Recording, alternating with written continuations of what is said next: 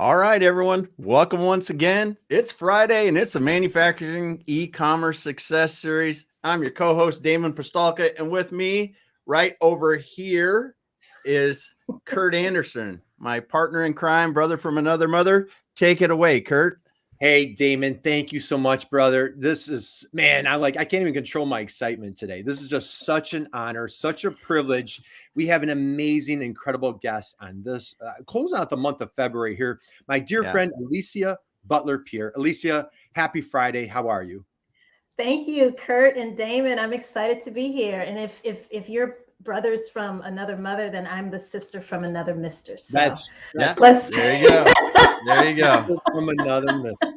Yeah. Right. So guys, John Baglino's here today, guys. Drop us a note. Let us know that you're here today. Let us know where you're coming from. Of course, you want to absolutely make sure that you connect with Alicia. This is going to be a great program. So Alicia, you and I connected over the holidays and had a wonderful conversation. We belong to a networking group together, just an amazing group of folks. Nice. And I saw your profile and I'm like, man, this is captivating. So if you don't mind, if you could sit back for a second, I'm going to do an introduction. And so Damon, we might be here for a minute. So this is, we get all these overachievers and I kind of feel down on myself a little bit. But all right, first, I understand, I think LSU, so maybe Go Tigers is in your background. Then, of course, you get an MBA from Tulane.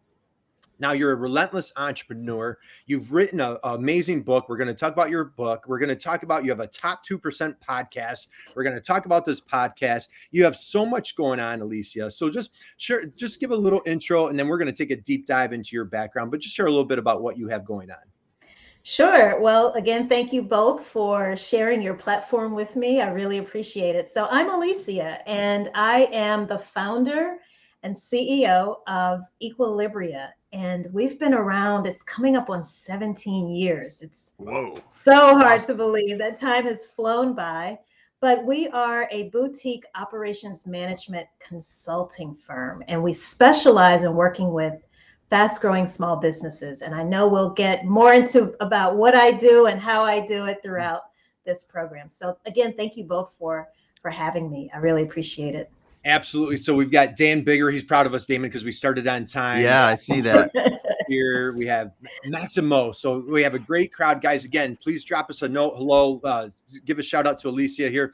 So Alicia, you are also, I want to make sure I have this right. You're an adjunct instructor at Purdue University with top engineering colleges in the universities in the country. You are a adjunct professor at Nichols College. So you have a wealth of man, it's just over the top what you have going on. So I want to dig into let's go back in time a little bit, and then we'll fast forward and get up to current. So you're a young, aspiring, inspirational young woman at college, and you become a chemical engineer. Share a little bit, like what Not a lot of women are aspiring to be a chemical engineer. What drove you? What inspired you to go that route? Money. There you go. There you go. Get it right out there. Show me the money. I mean, seriously, that's what happened. But I should preface that by saying what happened. But at the end of the day, it did boil down to money. But so believe it or not, Curt and Damon, I actually wanted to be a journalist. That was my very first career choice. Right. And I remember when I was in high school in my junior year, I worked on the high school newspaper, still laughing about money. Yeah, it's awesome. So I worked on the school newspaper. I didn't enjoy it. I didn't enjoy constantly feeling like I was working against deadlines, what it took to get a quote unquote good story. I didn't enjoy the experience, but I always loved writing. And I started to learn later in my junior year that I developed a new love, and that was for chemistry. And by the time I was in my senior year of high school, instead of taking physics, which was the next science at my high school, I instead took advanced chemistry. And by the time I started applying to different colleges and universities, my chemistry teacher, Miss Kablis, and I want to give a shout out to her because she's Ukrainian. I'm not sure if Miss Kablis is still living, but that is where she was from originally. But anyway, back to Mrs. Kablis. She is the reason I became a chemical engineer. She took a particular interest in my future. And I'll never forget, she pulled me over to the side one day after class, and she started asking me, what are you going to study? What are you going to pursue once you go to college? And I said, well, I thought it would be journalism, but I'm actually thinking chemistry now. And she said, well, think about this. If you get a degree in chemistry, you'll have to go all the way up to the PhD level before you start making good money. But if you go into chemical engineering, you can start making great money as soon as you get out of school after just 4 or 5 years with a Bachelor of Science degree.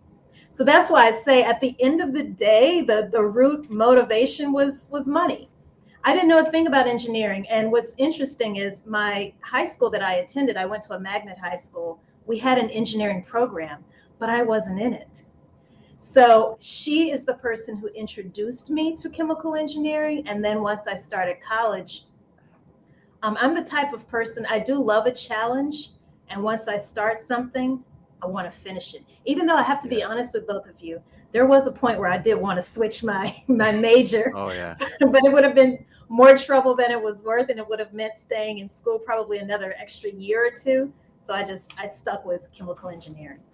Wow. What a great, show me the money. What an apt thing. That's awesome. We've ever had. Like, you caught me speechless on this one. So at least in the chat box is on fire. Not only do we have Dan Bigger in the house, we have David Bigger in the house. We have Gary Wood, Don in Alaska. So John Buglino, all sorts of folks are saying hello, Alicia. So hi, everyone. Elizabeth Jeffrey. Yeah, we've got, just Dwight Smith, Elizabeth Drake, or Droke, excuse me. Yeah. And John Buglino says the earliest mic drop ever on this. The earliest ever, man. Like, guys, I hope you're sitting down because we're just getting started. So that's right. So again, if you guys are just joining us, man, this is going to be a good one today. So we're going to talk about your book. We're going to talk about your podcast, but you have an incredibly inspiring story. So you become a chemical engineer. And you have I want to share, could you kind of lead us into how you kicked off? This is a major leap of faith you took. Lead us into your entrepreneurial journey, and how did that start, and how did you go that route? Well, I'll try to give a Cliff Notes version of what led me to starting Equilibria. When I graduated from college, my very first job was at Monsanto. I was making Roundup. Don't judge me. I worked for Dr. Evil, and hopefully none of them sponsor your show. If so, I apologize. But I learned quite a bit when I worked at Monsanto. Yeah. And one of the things was in the unit that I worked in, the manufacturing unit that I worked in, every unit actually was assigned an accountant, and that accountant would come and speak to us as the engineers of each unit once a month.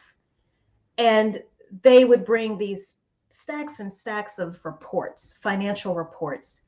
And I have to be honest with you, Damon and Curt, it was as though she was speaking Greek, this one particular accountant.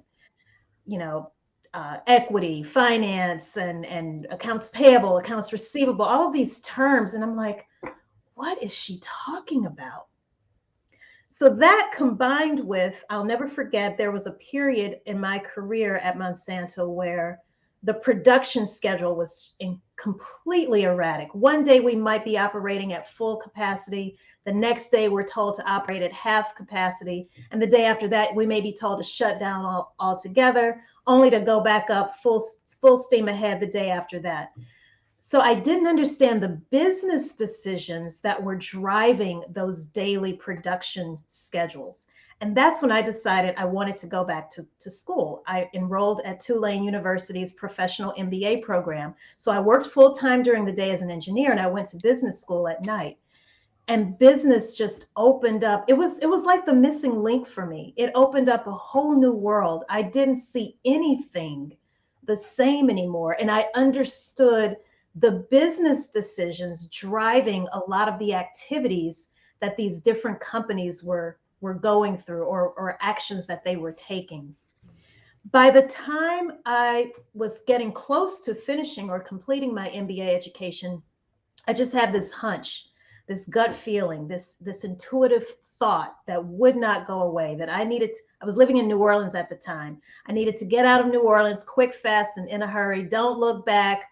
you might turn into a pillar of salt kind of a situation. So, so I quickly, I couldn't explain it. I abruptly quit my job. Now, at that point, I was working at a small family-owned engineering consulting firm.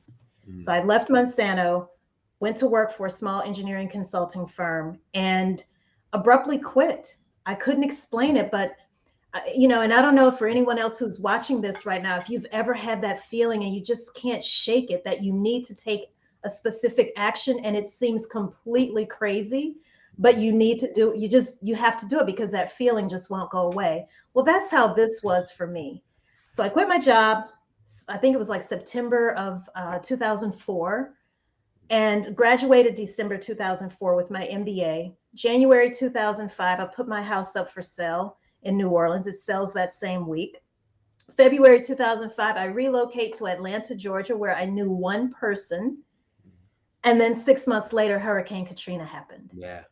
But when I got here to Atlanta, I really thought that Atlanta was this land of milk and honey. You know, I saw these corporations that were headquartered here, like Coca-Cola and Delta Airlines, Home Depot, Chick-fil-A, UPS, the list goes on. So I thought, Curt and Damon, who wouldn't want to hire me? Right. I'm a good catch, right? But I quickly learned there are a lot of really smart, very bright and intelligent people here. And after about what seemed to be 2 months of endless, soulless job searching, I decided to redirect the time, effort, and energy that I was spending trying to get a job working for someone else, and redirect that same time, effort, and energy into creating an opportunity for myself. And that's how Equilibria started. It was, again, I'm sure these answers are shocking you because you're probably thinking, oh, she's probably the type of person that plans everything to the T. But no, I came here not knowing anybody, didn't have a plan, thought I was going to get a job. That didn't happen. So I started a business. And I'm still here all these years later. 17 years later. Man, all right, guys, That's awesome. Let's give a little round of applause for that one right there. I know, I must be crazy, right? I love that story. And man, the chat box is on fire today. Yes. Thank you. So Matthew Perkins says, this is back at the Show Me the Money. At least we know we can trust what she says, right? Is that Yeah. Well, we've got Dwight here. Don says, and how about this? Don, our dear buddy, says, amen. How to follow those intuitions, or better known as the gut, right? How do we follow the gut? And Don's up in Alaska, a dear friend of ours. He asked, how did you come up with the name of Equilibria? Great question. Someone just asked me that yesterday, as a matter of fact. So this is an ode to my background in chemistry, in chemical engineering. So in chemistry, if you can remember back to when you may have taken some chemistry classes, when you have a chemical reaction, it is not considered stable until it has reached a point of equilibrium, meaning that it's both sides of the equation balance each other out. So you now have a stable reaction. Equilibria is the plural version, the plural form of equilibrium. So the idea of Equilibria is, let's try to maintain that balance. Things will get chaotic. It will get crazy and out of control.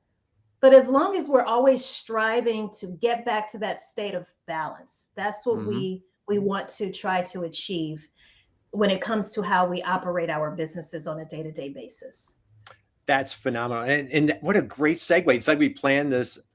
Fast growth can be chaotic. So guys, what you need to do, you need to go to Equilibria, check out Alicia's website. Alicia, like we need to talk, like your web designer is phenomenal. Guys, she has thank you. Amazing website, big tagline, and you have like these people going like crazy. Yes, madness. Fast growth can be chaotic. And and we're going to talk about this more. You talk about structure for mega success. So I want to talk about your book for a second. Okay. Well, you have a phenomenal book. It was a bestseller, and it's Behind the Facade, How to Structure Company Operations for Sustainable Success. talk a little bit about your book, what inspired that book, and let's talk a little bit about that because we need everybody to go out and buy it, Alicia. What inspired the book? I wrote the book at the time I wrote the book, I had been in business for 13 years. And things were honestly, I mean, you all know by now I'm going to be very candid with you, right? And to speak very truthfully. I'm not going to sugarcoat anything, but things were getting really stale in my business, to be honest with you. And Wow. I thought that I was finally at a point where I wanted to start to train other people on how I do what I do. That was the original motivation for writing the book. How can I get all of this knowledge out of my head and onto paper so that I can package it and share it with other people? Because I'm one person. And the way the business was running at that point, I was the talent. The buck stopped with me. Right. So if I wanted to take a dose of my own medicine, you know, I'm talking to other companies about how to scale. I needed to preach, you know, I needed to practice what I was preaching. And so writing the book, Curt and Damon, was really one of the first steps to me scaling my own company. Because now that other people can read it and they can do these things for themselves, or other consultants may look at it and say, wow, the tools and the techniques that you're describing in your book, I can add this to my existing toolkit now when I'm working with my respective clients. So that was the original idea of the book. The book is not a typical how-to technical book because it actually contains short stories. Yeah. So there are all of these different characters in the book, and each of them they're very diverse in terms of their makeup, in terms of the types of industries that they're operating their businesses in. But the one thing they all have in common is that they are going through a fast growth spurt.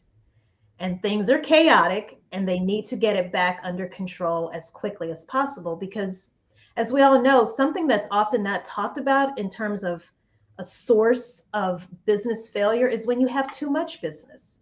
We always talk about businesses failing because they don't have enough customers, but what happens when you have too many? Your business can still fail if you don't have that operational or that business infrastructure in place to support the growth.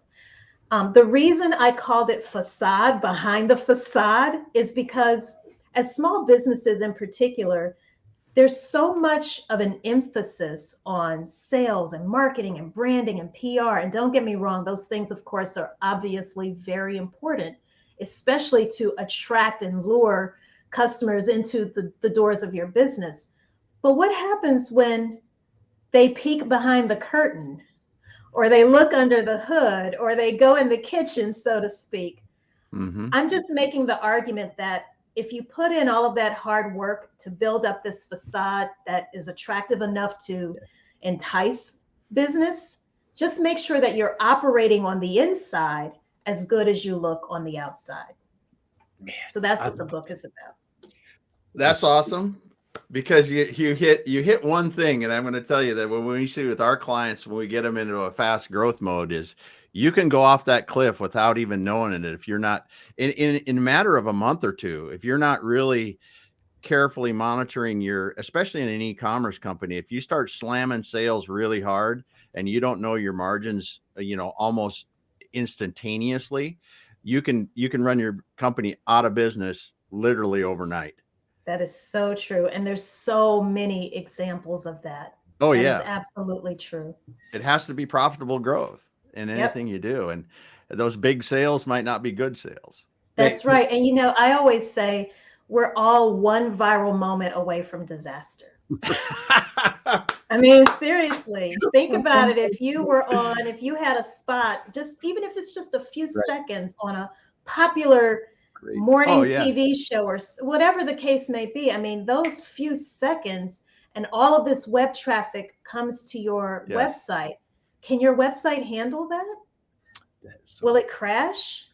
Yeah. I met Sarah Blakely when I first, the founder of Spanx. When I first moved to Atlanta, I happened to be volunteering at a women's conference, and she was one of the speakers. And she was just really coming onto the scene with Spanx. so it's interesting to see. I mean, she's a billionaire now. Yeah. But I'll never forget, she said that when she was trying to get a spot on Oprah, they warned her, make sure your website can handle the traffic, because it only takes a few seconds of being on the Oprah Winfrey Show. This was when Oprah still had her regular primetime daytime TV show. All it takes is a few seconds. Yeah. And, it can literally change the trajectory of your business. Yeah. That is so good. And I love, you have a tagline on your website, grow with less pain. And so I just, a few things I just want to recap, and then we're going to plunge into like another great topic here. So look at Alicia, go Tigers, LSU, goes and becomes a chemical engineer, chases the money. God bless you. Has a little challenge on the business front. So you're always raising your hand. You're always tackling that new challenge, that next challenge. Tulane University, one of the top business schools in the country. You earn your MBA, total leap of faith, and you take the plunge into Atlanta. One person, and you launch. And what do? This whole job thing's not working out. You launch your own business. So a couple of questions here.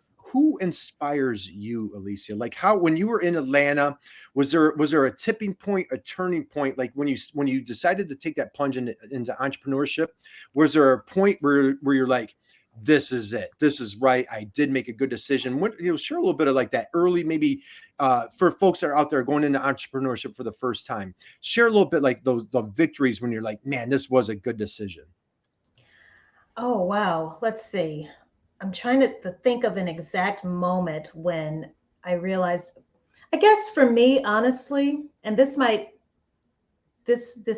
probably is not the response you were expecting, but I think when I reached a point in my life when my friends were dying or being diagnosed with very serious illnesses, and a lot of it being stress induced because of the places where they worked. Yeah. That for me was validation. Okay, kiddo, you're still okay. Yeah, things get tough. It can get very tough. It can get very scary, and it can be very lonely, but I'm okay because I'm doing what I actually enjoy. And it's the reason I get up at 3 a.m. every morning and go to bed at 9 o'clock at night. And I don't have those same health issues that some of my friends who are probably working similar hours, but doing something that they don't like in an environment that is completely stressing them out. So it's not the financial aspect for me, it's the peace of mind. And it is the knowing that if I don't want to work with somebody, I don't have to work with them. Yeah. It's that simple. Yeah. And I can do what I want to do. I can move the way that I want to move. I call the shots. And that having that level of freedom and liberation, I think is all the validation that I need. And the fact that I can still financially support myself and keep a roof over my head and have food to eat. That all of those things combined, I would say, Curt, is what consistently reminds me that I've made the right decision and that I'm on the path that's best for me. That's right. Oh, wow. Man, another mic drop. We just little moment of silence. We're going to savor that one. And again, the chat box, Matthew Perkins, back to the growth. Growth can absolutely be what crushes you. Yeah. I'm going to give a big shout out to my dear friend Val Weber from Manufacturing is with us today. Gail is in the house. Gail, we love everybody. Yeah, Robertson. Yeah. Thank you guys for joining us today. So let's go here. Okay, Alicia, I want to talk about your academic career. I'd love to hear a little bit about, I have immense respect, admiration. You are absolutely crushing it. I too, I don't know if you know this, I was going to go into chemistry, but I couldn't spell it. So I chose not to go that route in chemistry. So we admire that you went that route, much smarter than me. So, but let's talk about from your leadership standpoint and being an academic. Okay. So again, if you guys are just chiming in, our dear friend Alicia, she is an adjunct professor at Purdue University, top engineering schools in the country. And you're also at Nichols College. Share a little bit about what drove you to go into academia, your relationship with your students. Why are you sharing your passion, your wealth, your expertise with students out there? I'm actually at a point in my life now, I'm 45, and I realized again, kind of this builds off of what I mentioned about the book. How can I scale without everything being so dependent on me? So I've come to the realization that I'm starting to wean myself off of consulting, because consulting is a one-on-one relationship, right? Mm-hmm. I would much rather be in a situation now where I can impact several people at the same time. And this is actually something I learned from our friend Dory Clark, Curt, is making that transition from a one-on-one relationship to a one-to-many relationship. And that's what teaching and training and doing these lectures at other universities and colleges affords me the opportunity to do. Creating an online course. I have the book, there's the podcast. Now we're working on actually creating an online course. These are all ways to get, again, to leverage this knowledge that I've acquired over the past 17 years, plus the industry experience that I had working as a chemical engineer, and bringing all of that together and packaging it in a way that people around the world can now tap into. They can't do that as long as I'm still working as a pure consultant. Right. Yeah. So, what was the original question? Awesome. Awesome. I don't. Can you repeat the question? You know what? Let's take a pause right there. Let's take, yeah. You know what, Alicia? Academia. You have, yes. and I just have to share this. So, and Dan Bigger, I love the comment. So, Yeah. I'm your bald brother, dude. He dropped a little hair comment. Love it. Yeah. So again, we welcome and thank everybody for it's probably why you have no hair. So we love everybody on the program here today. But Alicia, you have a gift for storytelling. Like we could talk about paint drying on your. You could talk about your paint drying on the wall behind you, and we'd all be on the edge of our seat. Yeah. So the question being, love your leadership skills, your stamina, your tenacity, your determination, taking that leap of faith. So we talked a little bit about, if there's a new entrepreneur out there, so we talked a little bit about, what inspires you. Now we're sliding into, you as an academic, you sharing your expertise, your passion with your students. Just, what inspires you, or as you're teaching, I guess I want to ask, what's your leadership traits or any advice for folks in your role on, I want to be a leader, I want to be an academic, I want to kind of share a little bit on your superpowers. And, I know you're super modest, but just share a little bit on your superpowers and your thoughts there. Sure. And I realized that I remembered your original question about academia. And so I think I can answer both questions with this response. So in wanting to give back, right, and do more teaching and training, that's how the opportunity, when it presented itself with Nichols College to teach an operations management course as part of their MBA program, I jumped at the opportunity. Yeah, absolutely. With Purdue, I teach a lean principles course, which is part of their Lean Six Sigma certification program. What I bring to the table, and I'm going to leverage feedback that I've received from students. I'm very big on not just teaching concepts. I want you to apply it. I'm constantly, this is where my ability to do storytelling comes into play.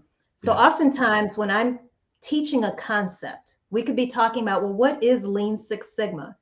And I can then give some very clear, specific examples. And I can tell when students, when they start to really think, they're like, oh, I didn't realize that. Yeah. Okay. And then I challenge them. Now go back to wherever you work or the company that you own. And I want you to start thinking about how you can apply what we just learned today, what we just talked about. How can you apply that to your business or to wherever it is you're working right now? So I'm very big on experiential learning. And I think the best way to do that is through the storytelling, but also to make sure that they can always tie in things that they are actually experiencing on the job right now or in their businesses to the concepts that we are actually learning. That is the best way, short from just doing it yourself. That is, to me, the best way to learn. That is Yeah, so that's good. great. So let's, you know what? If you don't mind, I'm going to jump back to your book then. Okay. So, Okay. and I love how you label it. The first book on business infrastructure. First book on business infrastructure was a bestseller. Share a little bit, like for if folks are like, hey, I'm not sure exactly what that means, Alicia. Share Yeah. like what does that mean on business? And again, that's your superpower. And as we talked about, grow with less pain. Again, check out Alicia's website. It is phenomenal. But just share a little bit, like what does that mean, business infrastructure? So, business infrastructure is a system for linking your people, your processes, and your tools and technologies into a cohesive framework that allows you to replicate your business model. So that when you are ready to scale, when you have all of those components linked together, it makes it that much easier for you to replicate the success and replicate it in a sustainable way. Right. So what do I mean by, so the elements of business infrastructure? And by the way, when Equilibria started, it was actually a professional organizing company. Yeah, I didn't know what, I didn't know what business infrastructure was. It was actually another consultant, a marketing consultant that I hired. And she was like, you really should call this business infrastructure. This is what you're doing. You've moved beyond organizing people's home offices, because you're providing processes and systems. So these different elements, when we talk about business infrastructure, we're talking about job descriptions, we're talking about organizational charts, paper and digital records management systems. How is your workspace actually configured? How are your processes documented? Do people know how to do the work? Once you've defined what needs to be done, do they actually know how to do it? And can they perform that work consistently even when you aren't around? Those are all of the elements that business infrastructure takes a look at. And that's what the book is about, is teaching you this framework that I've developed so that you can literally apply these same principles to your business by learning through the stories of the characters that are in this book. That's awesome. So Because when you look at it, I mean, what you're talking about is the barrier where businesses run into and they can't scale any further. It just, the systems because as you go, you can only work so hard, so many hours in the day. And then when you try to go, okay, Damon, now I'm working as hard as I can, and we need 2 Damons, 3 Damons, 4 Damons. It's like, how do you do that? And you need to have those processes in place and instructions and workstations laid out right. Otherwise you can't scale. And that is where you see these natural plateaus in businesses where you get to a certain point and that founder can get it so far. But if they haven't thought about the infrastructure, as you're talking about, it won't go any big and won't go any higher because they haven't figured out how to duplicate and leverage other talent in their business. That's absolutely right. And I talk a lot about these very low tech analog tools throughout the book. Yeah. So I don't want anyone who's watching this right now to walk away thinking, oh, that sounds so complicated. Oh my God, business infrastructure, Lean Six Sigma. What? I use tools as simple as stick figures and index cards to help people quickly figure out what work needs to be done, who is supposed to be doing, who ideally is supposed to be performing the work, how is that work organized into departments, and then finally, how is the work performed? Yeah. So literally starting with tools as simple as stick figures and index cards, okay? And we can quickly help you figure all of that out. Now, it does take work. Yeah. It does take work, but it is so worth the effort. Yeah. Yeah. So I was just going to dig up some notes because literally I scribble process, business process on a piece of paper, and people think I'm crazy because business process and looking at how you do business and the flow of information and the way people are doing, like you said, it doesn't take, people go, oh, we need to get Visio or something like that and draw it up. I said, no. You start by scribbling on paper because it's going to take 100 iterations for you to That's really right. understand.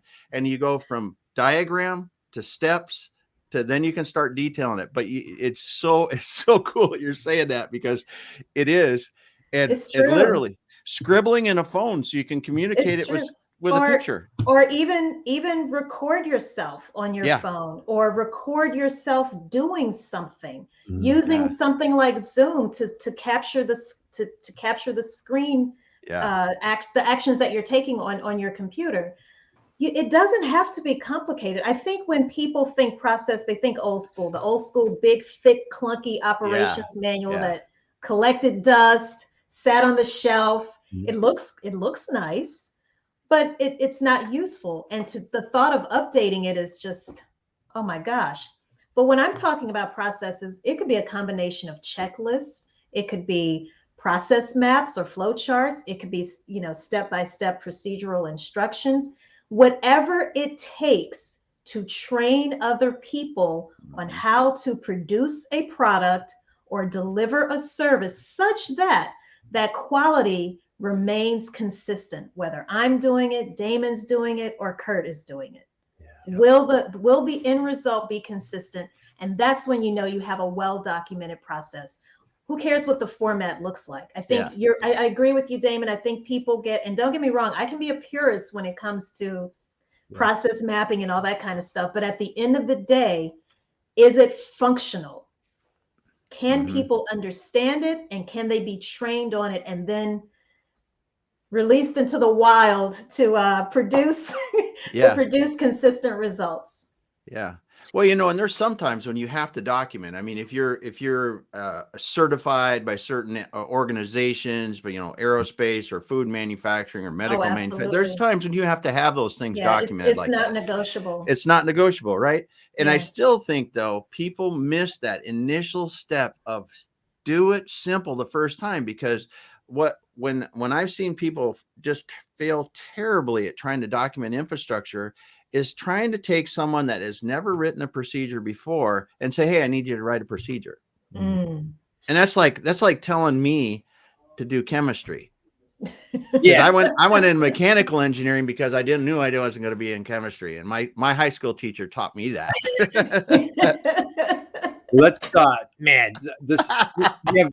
we're going to hit a couple comments here. Yeah, so we have to. Like the chat box is just on fire. So yes, it is. Dwight dropped a couple of nice comments here, and nice comment. But here's a question: since cloning is off the table and such a drastic change in the mentality of the current workforce, how do you find those key players to bring into the role? Great question. So one of the things, first getting back to that exercise that I was talking about, just really quickly, one of the things that I would recommend is first getting very clear on all of the work that needs to be performed. So I recommend just writing that onto, as you can see here, I have just some examples here, B3, A1, C1. These are just representative of different activities that you are performing, no matter how complex or how mundane. Get all of that information out of your head and onto these individual index cards. You then want to take all of those index cards that you have, spread them out across a large flat surface, group similar activities into departments. So for example, if I have A1 and A3, those are similar, right? They both start with A. Then I'm going to put another index card above it and call that department A. So in real life practical terms, that could be accounting, sales, marketing, HR, IT, operations, so forth and so on. Once you have all of your activities organized into departments, you then want to take a look and start to ask yourself, in a perfect ideal world, if you had access to all of the resources that you needed, who ideally should perform each of the tasks that you've identified within each department? So you might look at A3, activity A3, and say, well, right now, I'm the person who's performing A3. I'm the CEO, I'm the person who's performing it. But just because you can doesn't mean you should. And that's what I want you to ask yourself. And if the answer is, well, you know what, I'm doing this right now, but I really shouldn't be doing it. If I did have access to the person who really should do this, it would really be a general manager. Okay, write general manager across that stick figure. As far as how you source these different people, start with a tool like LinkedIn. If you already have a solid network, reach out to your network first. Let them know who you're looking for. You will be amazed at who knows who. You might not think that certain people know other types of people, but you would be amazed. I've built my entire team as a result of podcasting and LinkedIn, and I am not exaggerating when I tell you that. And it's a matter of, the old expression, closed mouths don't get fed. So it's not that you have to put a whole lot of money into Indeed.com. And don't get me wrong, those sites are all great. Indeed, even trying to put fillers out there officially through LinkedIn, paying for that service, start with your own network. If you are in different professional organizations, ask around in those professional organizations, ask around in your network on LinkedIn. Just open your mouth and tell people what you are looking for. But the way to know that you've made a great match, you have to be transparent about all of those different job activities. The only way you'll get to that level of transparency is if you go through the rigor of really figuring out everything that you would want that person to do. That way there's no surprises. Yep. And that the more you share up front, the more you can see people once you start interviewing, if they kind of squirm or squeal at certain things like, I don't know if I like doing that, or no, I'm not too good at being on the phone. I remember years ago, I was searching for an assistant, and I was working with this outsourcing company.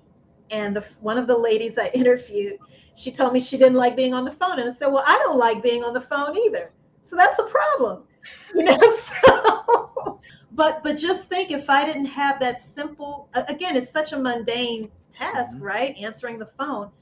But what if I didn't put that on her on that job description? Yeah. And then once I hired her, because she was great with everything else, but I really needed someone who could get on the phone.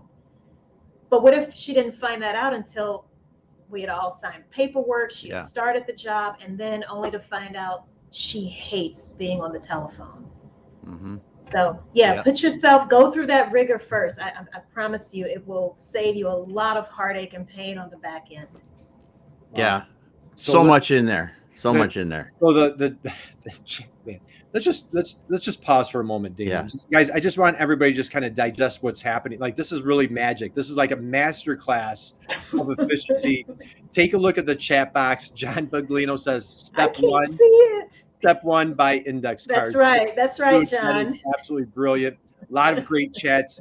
Gail, thank you, Gail. She dropped so Lisa, she's dropped a note about a Dory Clark reference. So again, Lisa and I connected. We belong to a Dory Clark business master group together, and that's how our stars crossed. So we're huge Dory Clark fans. So if you guys follow Dory Clark, Alicia, we have a couple more things. Man, we could keep you all day. I want to talk about your podcast, guys, and you're just getting a sliver of just what an amazing amount of talent and passion and expertise here lies with Alicia. Lisa, let's talk about your podcast. And I know you are the cure of back office blues. Talk about your podcast, and we'd love for everybody to go to your website, follow your podcast, but just share a little bit about this popular podcast that you have. Thank you for the opportunity to talk about it. So it's called, it's so unique, Business Infrastructure. But the subtitle is Curing Back Office Blues. And I am coming up on my 4th year of podcasting. And this is by no means an exaggeration. It has literally changed my business. It's changed my life. And I we could do a whole nother show just about what podcasting has done. But the podcast is really an interview-based podcast. It's a weekly podcast, but we've done, and it's organized into seasons. So each season has a different theme. I know, Curt, you mentioned before we went live, you mentioned diversity, for example. Well, that was just one theme. But the theme for this current season is actually an audio masterclass. So we've taken the stories that are in the book and we've literally reproduced them as these, with narration, voiceovers, Wow. original music, sound effects. We've made those stories in the book come to life. Each story is then followed by a tutorial from me, like a monologue. So just as I've been in a few minutes, I've described how to figure out all of the activities that you perform in your business and how to organize them into departments and then assign roles to those different tasks. You're going to get so much more if you just go and listen to the podcast. You're going to get step-by-step details on all of those different elements of business infrastructure. So if you go to businessinfrastructure.tv and look for season 15 is the masterclass, the audio masterclass. It's completely free. Go ahead and take a listen. But if you want knowledge on some of these other subject matter experts, I've interviewed people in so many different countries and across different industries. And again, everything is organized by season, but there's so much information. Now, one thing I should say, I am a stickler for each guest sharing at least 3 resources that they can provide to the audience, because the whole point of my podcast is really it's a business podcast, but it's really educational also, because a big hurdle that us small business owners have to overcome is the fact that there just aren't a lot of operational related resources out there. There's no shortage of things to tell us about social media and marketing and branding and all the stuff to be seen, again, to help us erect the facade. But what about operating behind the scenes? We have the E-Myth, but that just kind of warmed us up to the idea of why processes are so important. And I love the E-Myth, by the way, but it doesn't tell you how to do it. So behind the facade is a true how-to book. And then if we do find other resources on how to operate behind the scenes, it really tends to be focused more on large corporations. And so sometimes we can read those books and we're thinking, I can't relate to this. I love The Toyota Way by Dr. Jeffrey Liker. I can understand how to apply it to small businesses, but someone else reading that, another entrepreneur may have difficulty doing that. There's another popular book called Lean Thinking. That's the book that we use actually in my Lean Principles course at Purdue. But again, very corporate centric. And for us as small business owners, we can often become discouraged because we don't see ourselves in these books. Story. Oh wow. Gosh. I know. I it's like singing, preaching to the choir here, singing to the church. I don't know what, but this is because you can't find many operational people that understand how to work in a $20 million company or less, $10 million company. They're just not. It's what you're talking about and what you've explained here are simple ways to make a huge difference in your business. So I know we got sorry. Like we try. I just we're usually done like 5 minutes. We're not letting you go. You can't go anywhere. Maybe we should do a part 2. we absolutely probably need a part 4. So Chris Harrington is with us, our dear friend, CEO of Gen Alpha Technologies. Lisa, you and Chris Harrington should definitely connect. She's amazing. We have Val. I want to go back. Val had a hysterical comment a number of minutes ago. She was like, she loves your stick figures. And so that was great for Val. Val has a wicked sense of humor. Iris is here. She dropped a note. So true. There's a lack of operational books for small business and solopreneurs. I agree with you. Iris. Hi, Iris. Hola. So, Iris is Iris. in the house. So we have, we've covered. So I just want to kind of recap a couple of things, and then we'll start the wind down. So, professor at Nichols College, instructor at Purdue University. You have to check out her website. You want to check out Alicia's book. It is an amazing book. You want to check out her podcast. You're just getting a little sliver. And a big takeaway that I want to share is what, if you're on the fence, I know like Dan Bigger and John, you were talking, Val, we've talked about it. If you're thinking about doing a podcast, Damon, we could talk about it. It didn't change her business, changed her life. Now, Alicia, let's go here. You mentioned the word diversity. You put out an amazing, wonderful, heartfelt post back on Martin Luther King Day. You took your goddaughter, it looked like a number of years ago, to the Martin Luther King Memorial Museum, and you had a wonderful post. And let's go there. So like, our country we have such a blessing and such a gift of diversity. And we're as human beings, we're stumbling, but we're trying to figure out how can we turn this into such a great competitive advantage for our country against other companies from a business standpoint. What advice do you have? You talk a lot about diversity, plenty in your blogs, your podcasts. What's some advice that you could share for business owners, particularly in manufacturing, on how can we turn diversity into a strength, and how can we really maximize this potential? I think the shortest answer to that question is to literally do what Martin Luther King Jr. said: judge people by the content of their character, not the color of their skin, or just not by their outward appearance in general. Yeah. And it really is that simple. On my team, for example, we have people all over the world, truly. But we also I have someone on my team who has cerebral palsy. And most of us, when we have the conversation about diversity, it usually tends to be around race or gender, but we almost never talk about people with physical disabilities. So it encompasses all of those things. And I have to tell you, Greg, the person who's on our team, I credit Greg with a lot of the technological advancements that we've made at Equilibria, because he's always on the computer. He knows these things. He knows about these different technologies, and he always comes back and he's introducing us to new things. So as far as manufacturing specifically, there's still a very long way to go. But it all starts with access. You can't, my friend Stephanie Espy, she has an organization called STEM Gems.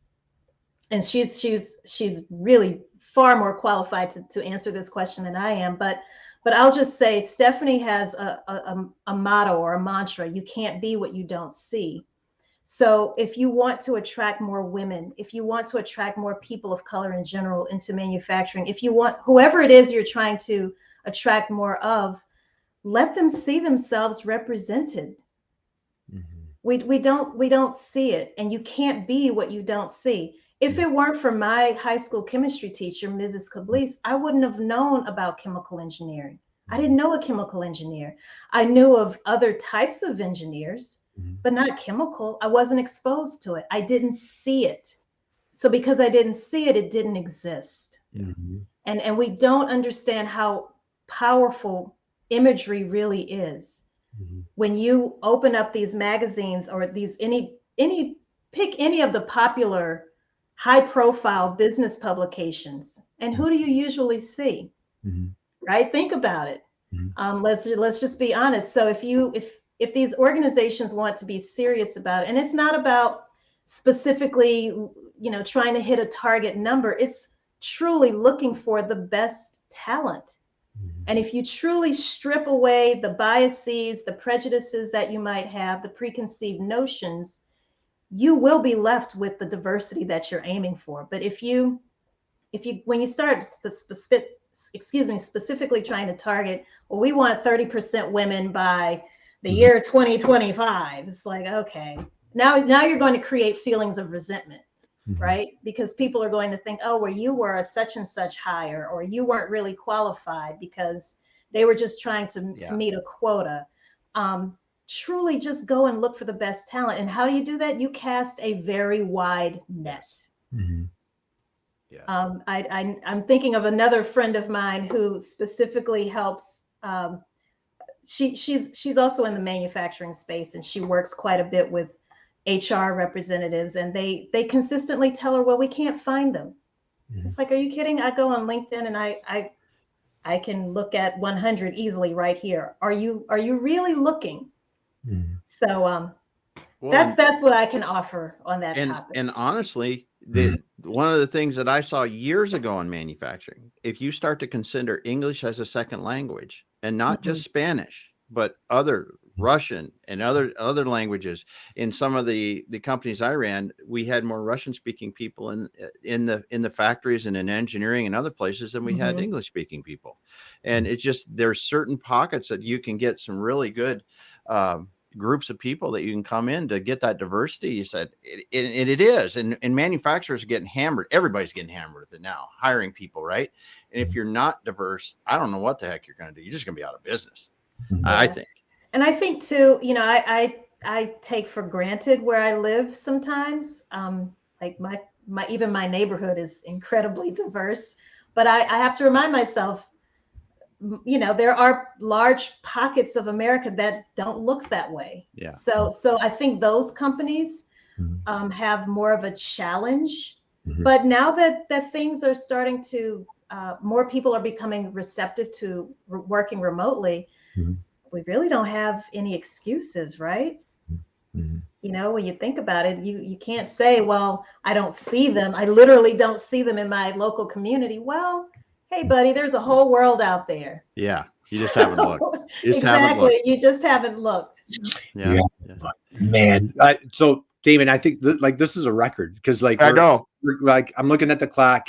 This is officially, Alicia, this is officially a record. I don't know if we've ever gone this long on this program. So I want to be mindful. Thank you. Time, because I'm sure folks have a meeting to get to. Thank you. Let's first off, you are a gift. You are an absolute blessing. What a captivating speaker, storyteller. I've just been on the edge of my seat. I'm standing, but I've been on the edge of my heels for the past hour. Damon, I say this frequently, but Damon and I are girl dads, proud girl dads.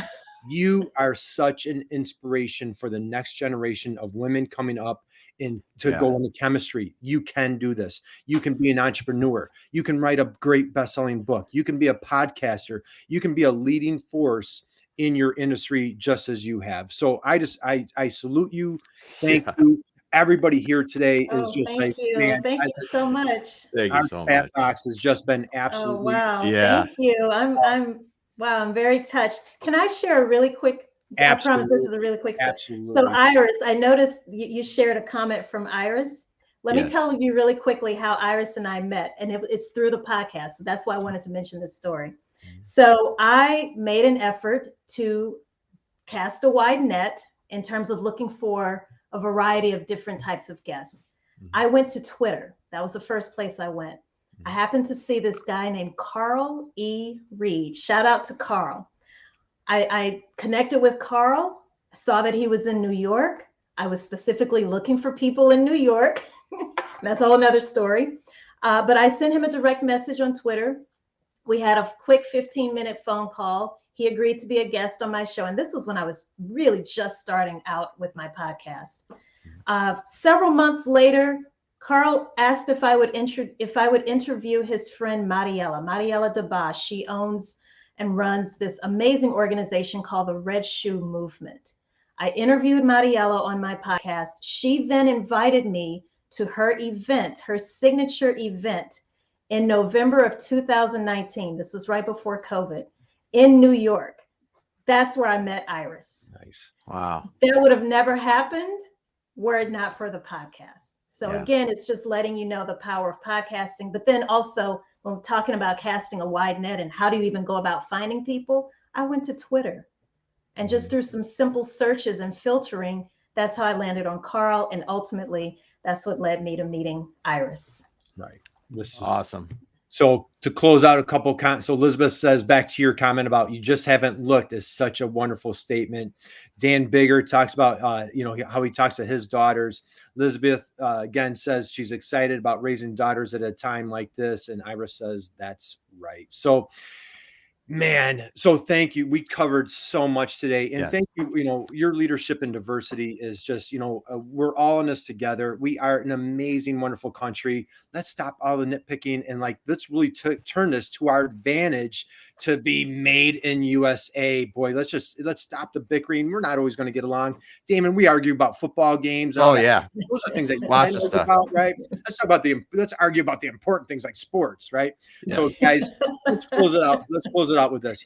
Connect with Alicia on LinkedIn, please. Go to her website, follow her podcast, go buy her book. She is a gift, blessing. Alicia, thank you. Thank you. Everybody on this program today. Damon, I am out, dude. I'm turning it over to you. Guys, go out, have an amazing killer weekend. Take it away, brother. Thank you, Alicia, for being here today. I can't really talk. I'm just like, I didn't get to half of the notes that I had written down here. So this has been great. Thanks so much for everyone being here. Thanks for the comments. Thanks for showing up every week. We'll be back again next week. We got to go for now because we're over time, and I'm just flabbergasted. Diane, check out Twitter. All right, guys. So Alicia, hang on with us 1 second. Okay. Guys, have a phenomenal weekend, everybody. God bless you. Bye. Take away, Damon. Bye.